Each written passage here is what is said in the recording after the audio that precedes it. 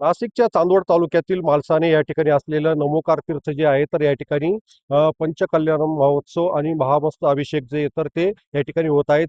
6 February पासून या ठिकाणी विविध कार्यक्रमांचं जे तर ते आयोजन करण्यात आलेलं आहे. आपण पाहू शकतो की या ठिकाणी भव्य दिव्य असा मंदिर बांधण्यात आलेलं आहे. या ठिकाणी जर बघितलं तर श्री महामृत्युंजय चंद्रप्रभूजी राम शरणम मंदिर नवकार तीर्थ या ठिकाणी हे बांधण्यात आलेलं आहे. तर नेमकं याचं काय महत्व आहे, त्या ठिकाणी काय काय कार्यक्रम आहेत, तर आपण या ठिकाणी जे काही आयोजक आहेत तर त्यांच्याकडून जाणून घेणार आहोत. मला हे सांगा की या ठिकाणी काय कार्यक्रम आहेत आणि कशा पद्धतीने किती याच्यामध्ये हे कार्यक्रम होणार आहे?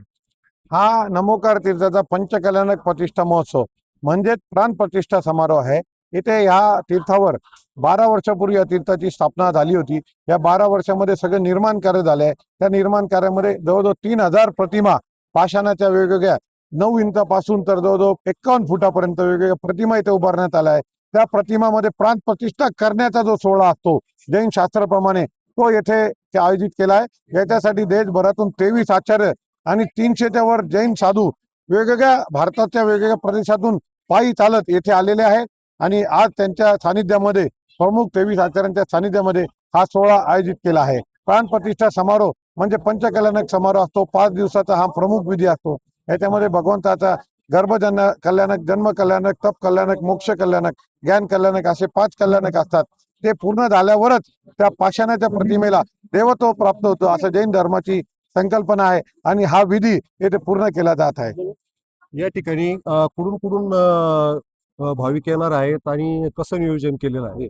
या कार्यक्रमासाठी पूर्ण विश्वातून भाविक आलेले आहे. 55 कपल अमेरिकेतून आलेले आहे, दुबई मधून 5 कपल आले आहे, नेदरलँडहून आले आहे, देशभरातल्या प्रत्येक राज्यातून आले. टोटल 2000 जोडपे हे फक्त पूजा विधीसाठी 10 दिवस येथे राहणार आहे. त्यांच्या राहण्यासाठी आम्ही 2000 रूम्सची व्यवस्था केली आहे. त्या रूम्स मध्ये त्यांना टॉयलेट, अटॅच, लॅट्रिन, बाथरूम आणि सगळी व्यवस्था, गिझर सुद्धा त्यांना तिथे दिलेला आहे. अशी सगळी व्यवस्था त्यांची राहण्याची इथं केली आहे. ते 10 दिवस इथेच राहणार आहे. एकंदरीत या ठिकाणी कोणकोणते जे काही नेते असतील किंवा असतील त्यांना कोणाला बोलवलेलं आहे काय सांगू? येथे महाराष्ट्राचे मुख्यमंत्री देवेंद्र फडणवीस आणि RSSचे प्रमुख मोहनजी भागवत येऊन गेलेले आहे. येणाऱ्या काळामध्ये महाराष्ट्राचे उपमुख्यमंत्री एकनाथजी शिंदे, त्यासोबत भारताचे आपले राजनाथ सिंगजी आणि भारताचे सभापती लोकसभापती हे ओमजी बिर्ला हे येणार आहे. अमित शहा यांची सुद्धा येण्याची शक्यता आहे.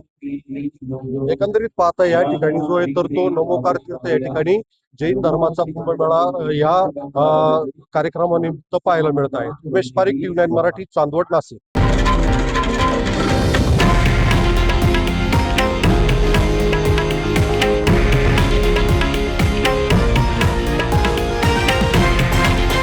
हे आहे देशातील नंबर 1 न्यूज नेटवर्क आणि आपण पाहत आहात TV9 मराठी, एकमेव.